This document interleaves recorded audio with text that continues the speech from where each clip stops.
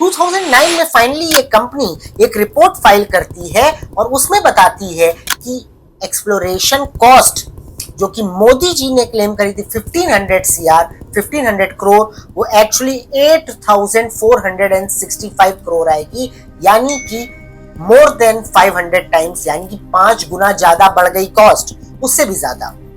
ठीक है।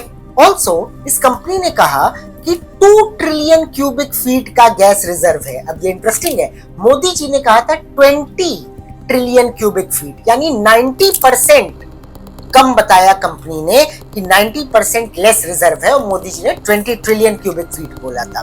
2009 में रिपोर्ट आने के बाद 10, 11, 12, 13, 14 सब निकलता चला गया, सीएजी की रिपोर्ट भी नहीं आई। 2016 में सीएजी अपनी रिपोर्ट में कहता है कि एक्सप्लोरेशन अभी तक शुरू ही नहीं हुआ है। 2016 आ गया।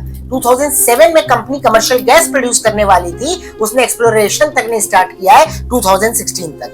ठीक है। और इस कंपनी में 2005 से 2010 के बीच में 20,000 करोड़ का लोन भी ले लिया है अलग अलग बैंक से गैस एक्सप्लोरेशन के लिए।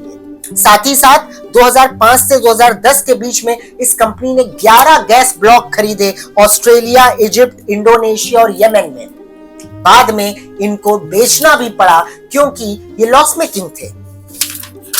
उसके बाद दोस्तों अब बातें और इंटरेस्टिंग होती हैं। इस कंपनी में एक स्ट्रेटेजिक पार्टनर था, उसका नाम था जियो ग्लोबल रिसोर्स।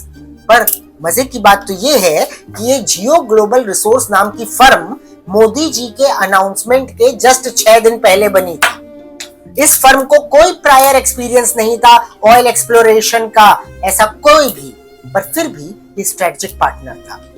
और एक ड्रिलिंग पार्टनर भी था इस कंपनी का, उसका नाम था टफ ड्रिलिंग। और ये टफ ड्रिलिंग तो बनी है मोदी जी के अनाउंसमेंट के बाद, with no prior experience again. Tough drilling के जो ओनर हैं वो तो मर्चेंट हैं, कपड़ों के व्यापारी हैं, वो इसके ओनर बने। केजी बेसिन का जो ये ब्लॉक था, इसको आगे चल के ये गुजरात गवर्नमेंट की कंपनी ने आगे चल के ओएनजीसी को सेल कर दिया। ओएनजीसी जो उस टाइम की प्रॉफिट मेकिंग कंपनी थी, और इस बेसिन को खरीदने के बाद ओएनजीसी भी लॉस में आ गई और आज तक कुछ भी नहीं हुआ है।